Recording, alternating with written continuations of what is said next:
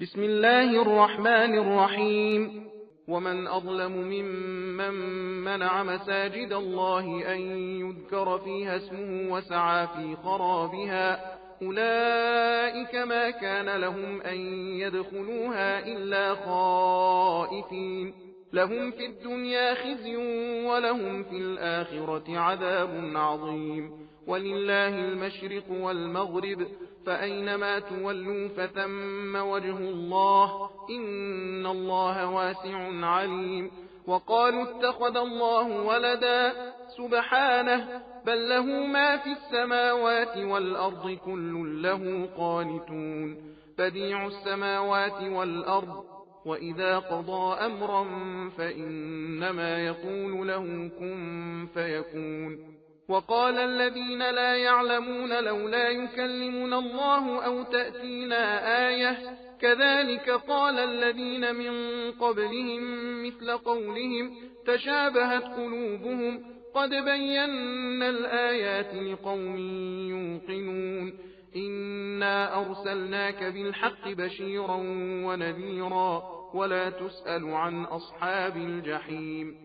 ولن ترضى عنك اليهود ولا النصارى حتى تتبع ملتهم قل إن هدى الله هو الهدى ولئن اتبعت أهواءهم بعد الذي جاءك من العلم ما لك من الله من ولي ولا نصير.